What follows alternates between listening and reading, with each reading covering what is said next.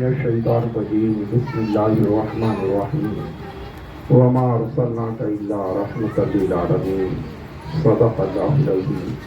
آئیے تو سنانے سے پہلے دونوں عالم کے مالک و مختار ہمارے سرکار صلی اللہ تعالیٰ علیہ وسلم کی بارگاہ میں درود و سلام کا نذرانہ پیش کریں تو اللہم صلی علی سیدنا و مولانا محمد الوسیلۃ للجواد بارک وسلم الصلاۃ والسلام علیک یا رسول اللہ صلی اللہ تعالیٰ علیہ وسلم۔ آپ دیکھیں کہ پوری دنیا سے عاشق رسول سفر کیے اور لبیک اللہم لبیک کہتے ہوئے تو کعبۃ اللہ کے طواف کرنے کے لیے، صفا مروہ پر دوڑ لگانے کے لیے، عرفات میں دعا کرنے کے لیے، شیطان کو کنکری مارنے کے لیے اور اپنے حج کو قبول کرانے کے لیے اور شفاعت اپنی قبول کرانے کے لیے مدینہ منورہ کا سفر کریں۔ تو حکومت کا اپنا طریقہ ہے کہ جو لوگ پہلے سفر کیے وہ مدینے کو جاتے ہیں، بعد میں مکے آتے ہیں، جو لوگ بعد میں جاتے ہیں وہ سب مل کے حج کر لیتے ہیں۔ جو پہلے سفر کیے وہ اپنے اپنے ملکوں کو، اپنے شہروں کو واپس کر دیے جاتے ہیں، جو بعد میں جاتے ہیں وہ مدینہ منورہ سرکار صلی اللہ تعالیٰ علیہ وسلم کی بارگاہ میں حاضری دینے کے لیے وہ جاتے ہیں۔ یہ آپ جو مہینہ چل رہا، یہ حج کا مہینہ چل رہا، یہ بھی چل رہا ہے اور ابھی آنے والے پیر کے دن، دوشنبے کے دن، سوموار کے دن عید الاضحیٰ کی نماز ہوگی، وہ صاحب حیثیت قربانی پیش کریں گے۔ کعبۃ اللہ کا طواف کرنا، کعبہ شریف کا طواف کرنا، اس خانقاہ میں بھی انشاءاللہ 8 بجے سویرے عید الاضحیٰ یعنی بقرہ عید کی نماز 8 بجے یہاں ہوگی اور اپنے اپنے علاقوں میں تمام جگہ نمازیں ہوتی ہیں۔ جس کو جہاں ادا کرنا ہے وہاں کا وقت معلوم کر لیں اور نماز بھی ادا کرے، اللہ کا شکر ادا کرے۔ برکت پڑھیں، درود پاک پڑھیں تو میں کچھ باتیں عرض کر دوں۔ پڑھیے اللہم صلی علی سیدنا و مولانا محمد الوسیلۃ للجواد بارک وسلم الصلاۃ والسلام علیک یا رسول اللہ صلی اللہ تعالی علیہ وسلم۔ کہاں کی دولت، کہاں کا منصب، کہاں کی دولت، کہاں کا منصب، قسم خدا کی یہ ہے حقیقت، جنہیں بلایا ہے مصطفیٰ نے وہی مدینے کو جا رہے ہیں۔ جنہیں بلایا ہے مصطفیٰ نے وہی مدینے کو جا رہے ہیں اور بلایا ہے تو جاتے ہیں، بلائیں گے تو جائیں گے۔ نبی کے بن بلائے کون جاتا ہے مدینے میں؟ بلایا ہے تو جاتے ہیں، بلائیں گے تو جائیں گے۔ نبی کے بن بلائے کون جاتا ہے مدینے میں؟ آپ حج بیت اللہ کے لیے دیکھیں، حج کرنے کے لیے دیکھیں، کعبۃ اللہ کا طواف کیا جائے گا، کعبے کا طواف ہوگا۔ حج آپ جان لیں، حج ہر ایک محبوب کی ادا کو حج کہا جاتا ہے، جو رب کی بارگاہ میں مقبول ہوئی ادائیں۔ ادا آپ دیکھیں نبیوں کی نہیں بلکہ صفا مروہ پر دوڑ لگانا، یہ حضرت ہاجرہ یہ نبی نہیں ہے، اللہ کی ولیہ ہیں، لیکن یہ طواف صفا مروہ پہ جو دوڑ لگایا تھا، یہ پانی کی تلاش میں ادھر سے ادھر، ادھر سے ادھر سفر کیا، دوڑ لگایا، تو یہ دوڑ لگانا رب کی بارگاہ میں مقبول ہو گیا۔ آپ دیکھیں حضرت سلیمان علیہ السلام سفر کر رہے تھے اور سفر کرتے ہوئے جا رہے تھے، کعبے کو دیکھا، کعبے کے علاقے سے کعبے کا طواف نہ کیا، نکل گئے، کعبہ رونے لگا، کعبہ رو پڑا اللہ کی بارگاہ میں۔ آگے تک آ جائیں، ادھر آ جائیں، راستہ بند، اور ادھر چلو اللہ ادھر آ گیا، اور کس کو، اور کس لو بیٹھ جائے، اس پہ بیٹھ جائے، کوئی کام اور نکل ہے ادھر آنے جانے کا راستہ میں۔ پڑھیں درود شریف پڑھیں، پڑھیے اللہم صلی علی سیدنا و مولانا محمد الوسیلۃ للجواد بارک وسلم